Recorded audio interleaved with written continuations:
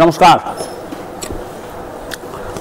খুব পূর্ণ দিন আজকে, তার কারণ মকর সংক্রান্তি। বাড়ি বাড়ি নানা রকমের পিঠে হচ্ছে, ভালোই লাগছে।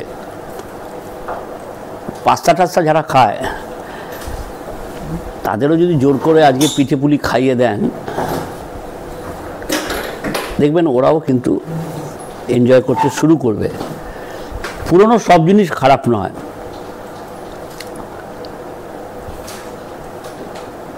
ইংল্যান্ড সিরিজে টি20 আগে, তারপর 50 ওভারের টুর্নামেন্ট, এমন 3 জন ক্রিকেটারকে বাদ দেওয়া হয়েছে, যেমন ঋষভ পন্থ বাদ দেওয়া হয়েছে, তো শ্রেয়াস আইয়ার বাদ দেওয়া হয়েছে। তো এদের এক একজনের কত টাকা করে নিয়েছে এবং তারা কী জন্য পায়? 3 জন টি20 ঘরানার ক্রিকেট খেলে যাদের নাম করা হয়েছে, 77 কোটি টাকা অবহেলায় তারা সরিয়ে ফেললো। তার কারণ নির্বাচকরা মনে করেছেন যে এই 3 জনকে বাদ দিয়েই কিন্তু দল গড়া সম্ভব। অফকোর্স সম্ভব। আপনি যদি হারতে চান, আপনার যদি মনে হয় যেমন আছে পেলাম থালে দিলাম গালে, পাপ পুণ্য নাই কোনো কালে, তাহলে এনিথিং ইজ পসিবল, তাই না? তো হবে, হার জেতার এখন কোনো ব্যাপার না। তার কারণ অস্ট্রেলিয়ার কাছে হারের ব্যাপারটা ক্রমশ থিতিয়ে যাচ্ছে, আরও থিতিয়ে যাবে। এবং দেখবেন আইপিএলের টিকিটের জন্য আপনার দরজায় কড়া নাড়ছে বারবার, দাদা টিকিট দিন, দাদা টিকিট দিন। লজ্জাও লাগছে না যে যাদের খেলা দেখার জন্য এরা ছটফট করছে, তারা কিন্তু অস্ট্রেলিয়ায় একেবারে নিজেদের দলকে ডুবিয়ে দিয়ে এসেছেন।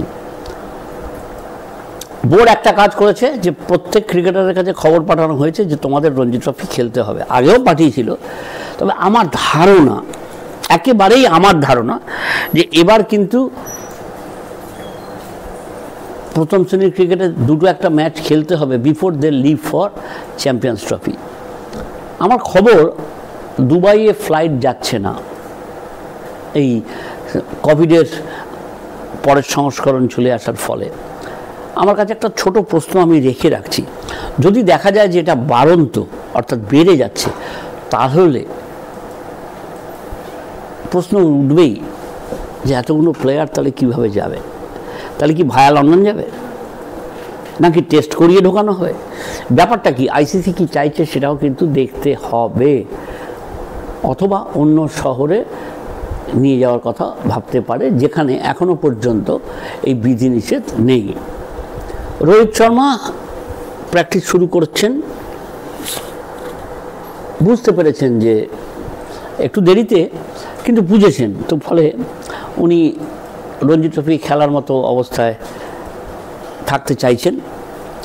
যদি তিনি খেলেন আমরা স্বাগত জানাবো, কারণ তাকে নেতৃত্ব দিতেই হবে। দেশে আর কোনো অধিনায়ক নেই, এটা মনে করছে ভারতীয় বোর্ড।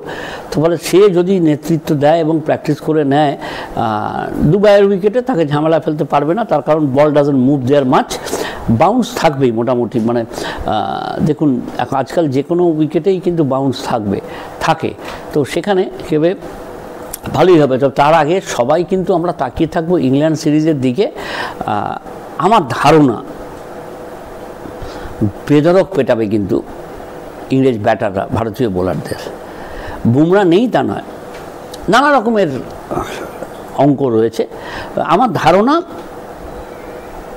টি20 সিরিজে ইংল্যান্ডকে হারানো কঠিন, খুব কঠিন। এবার আপনারাই বুঝতে পারবেন যে কেন কঠিন। তার কারণ ভেরি প্রফেশনাল সাইড, চমৎকার ব্যাটার রয়েছে, ব্যাকড আপ বাই যেমন বাটলারের মতো প্লেয়ার রয়েছে ওখানে। ডোন্ট ওয়ারি, ঠিক আছে।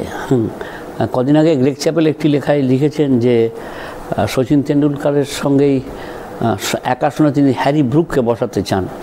হয়তো বাড়াবাড়ি, কিন্তু তার মানে মোটামুটি যোগ্যতা তো রয়েছে। হ্যাঁ, মানে চক অ্যান্ড চিজের মতো তফাৎটা নয়। তো এইসব নিয়েই একটা বড়সড় লড়াই দেখার অপেক্ষায় রয়েছে ভারতীয় ক্রিকেট। এবং আমি বলতে পারি এখন থেকেই কোনো সিট ফাঁকা থাকবে না। অস্ট্রেলিয়ায় সিরিজ হেরে আসার লজ্জাটা আস্তে আস্তে ফিকে হতে শুরু করবে বা করেছেও। এবং নির্বাচকদের সঙ্গে আমার আপনার মতামত নাও মিলতে পারে, তো ভারতীয় বোর্ডকর্তারা যেভাবে ওদের পরিচালনা করতে চাইছেন, এই যে ডেকে একটা কথা নাকি বললো, এর চেয়ে বড় আইওয়ার্স তো আর সাম্প্রতিককালে হয়নি, প্রত্যেকবারই হয়েছে, তবে এত হারের পর একবারে বিচ্ছিরি লাগছে। তো আমার ধারণা একেবারে কোণঠাসা অবস্থায় হয়ে রয়েছে ভারতীয় ক্রিকেট। এখান থেকে মাথা তুলে দাঁড়ানোর জন্য সূর্যকুমার যাদবের ওপর আমার যথেষ্ট ভরসা রয়েছে।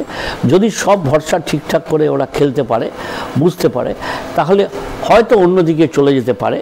কিন্তু একটু হলেও সিরিজটা ইংল্যান্ডের দিকে হেলে রয়েছে, ধরুন 55-45 এমন কিছু তফাৎ নয়, এটাকে ঘুরিয়েও দেওয়া যেতে পারে। বাট যে মানসিক দৃঢ়তা, যে মানসিক জোরের দরকার, সেটা কিন্তু দেখা যাচ্ছে না।